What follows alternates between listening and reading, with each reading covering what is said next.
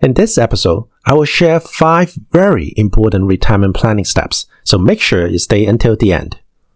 Hey guys, it's Thomas, your trusted advisor here.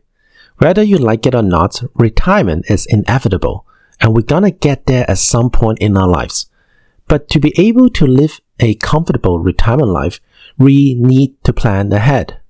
You don't want to be planning for your fire escape routes when there's a fire outside your door. So likewise for retirement, you don't want to start planning for your retirement just before you reach your retirement age. It's always better to have some sort of plans than no plans at all, and it's never too early to start planning. So in today's video, I'll be talking about the necessary steps you need to take to plan for your retirement, the vehicles you can use to help save for your retirement, as well as some strategies you can utilize to supplement your retirement income. Let's dive in. Like planning for anything, you want to know what's the end goal you're trying to achieve. When do you want to retire? At age 60, 65, or like many millennials dreams, 40? By asking this first question, it will allow you to have an idea of the amount of time you have for saving. Once you find out how much time you have on hand for savings, then you can start working on it, such as the amount you need to save per month and how aggressively you should try to save them. Another important question you need to ask yourself is, what is your definition of retirement? To one person, retirement means working reduced hours, where to another person it means stop working entirely. This is important because if retirement means completely stop working for you, then you better make sure you're on track to saving up enough for you to do that. As I always say, a goal without a plan is just a wish. Keep in mind though, having an answer to these questions doesn't mean they are set in stone. They can certainly change if your situation changes as you approach for your retirement. So what do you want to do in your retirement? Leave a comment below. Now you might be wondering exactly how much you need to save to reach that retirement goal. Well, there's no easy answer for this question. Sure, there are lots of formulas and online calculators that will help you work out a figure, and they do provide helpful guidelines, but ultimately the person will have to calculate the amount necessary for his retirement, because only he will know how much is enough for him. The key here is that this amount should be calculated taking inflation and the future value of money into an account.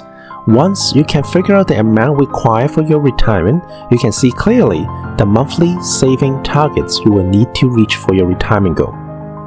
For instance, Sam, age 25, wants to retire at age 65, which is 40 years from now. He currently makes $2,000 per month.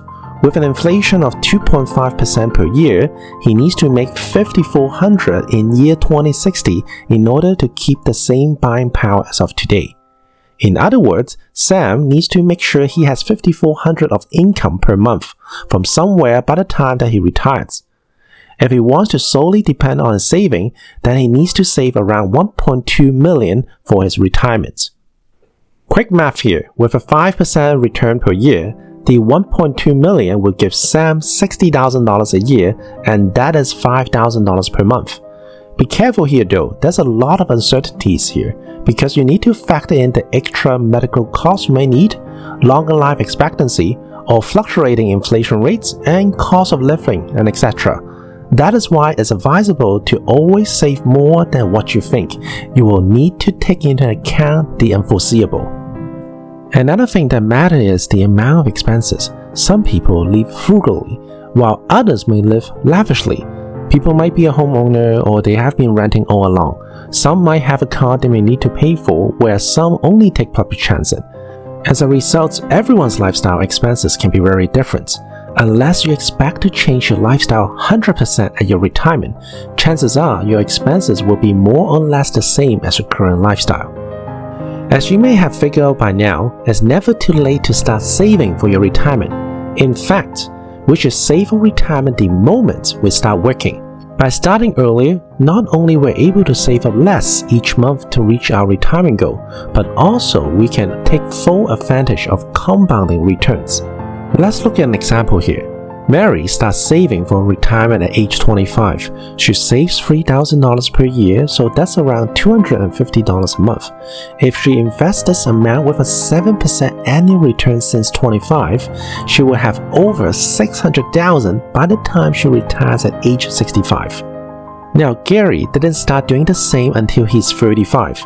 He invests the same amount each month as Mary, and by the time he retires at age 65, with the same 7% annual return, he will have just over $300,000 by the time he retires. The end result here is that Mary contributes only $30,000 more than Gary, but she has double the amount that Gary has at age 65, and that is the power of compounding effect. Now that you understand how to kickstart your retirement planning and the importance of saving early, the next ingredient to the recipe of the retirement planning is what saving vehicles that you'll be using. In Canada, there are two main vehicles that Canadians can use for saving up for their retirement funds: Registered Retirement Savings Plan and Tax-Free Saving Accounts. In a nutshell, not only contributing to RSP can lower your taxable income for that year, if done properly, it will allow your retirement savings to grow to a substantial amount tax shelter. But careful, RSP is like a double-edged sword. It might hurt you if you blindly follow what other people do. For more information, I left a link below in the description box and in the comment section where you get to discover more how RSP can help or break your retirement. So check it out, please. The other account that you can take advantage of is the tax-free savings account.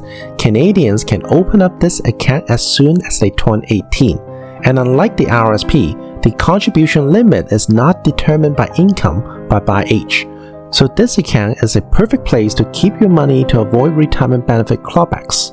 The take-home message though, whether you decide to use neither the RSP or the tax-free saving, or both, don't just treat it like a saving account and forget about it. At the minimum, you need to be investing in somewhere that will give you interest so that your money's future value can beat inflation. Aside from these two main famous investment accounts, you can get creative with other ways to build up your retirement portfolio. If your company offers you a pension plan, great! Make sure you start contributing as soon as possible. It will really pay off at the time of your retirement. But if you're like me, a self-employed and a business owner, it's not the end of the world.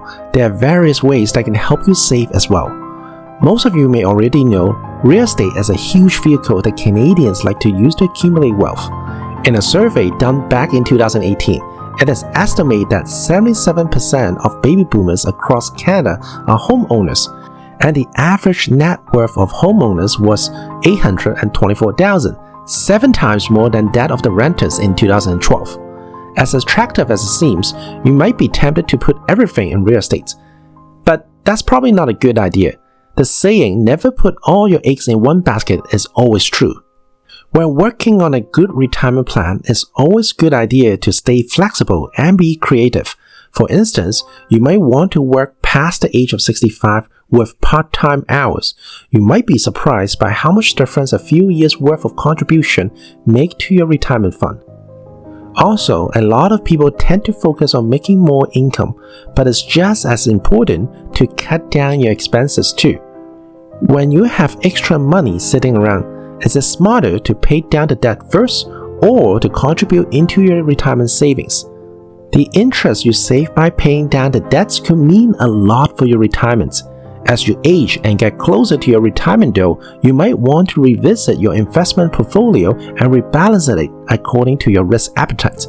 The risk tolerance for a 25-year-old versus a 50-year-old can be drastically different. So that's pretty much the 5 steps. But I want to give out a bonus. For homeowners out there, you have one extra option besides being a renter, and that is to do with a reverse mortgage.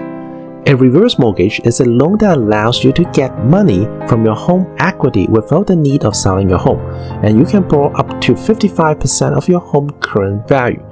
In most of the cases, the bank allows you not to make any payments until you sell your house or you pass it away. I don't have an existing video that talks about how a reverse mortgage works in greater detail, but if this is something that you're interested in and you want me to do videos on it in the future, leave a comment down below. Now that we've powered through the essence of retirement planning, do you feel more confident about your retirement? I understand that for most people, managing money is a stressful thing to do. But just think about it. If you can put up with this little bit of stress right now, you could very well live a stress-free retirement life. Seems worth it, doesn't it? No matter how small your progress is, believe me, any contribution is better than doing nothing. So start today, come up with a plan, and stick to it. Thanks for taking your time watching this, and I will see you in the next video.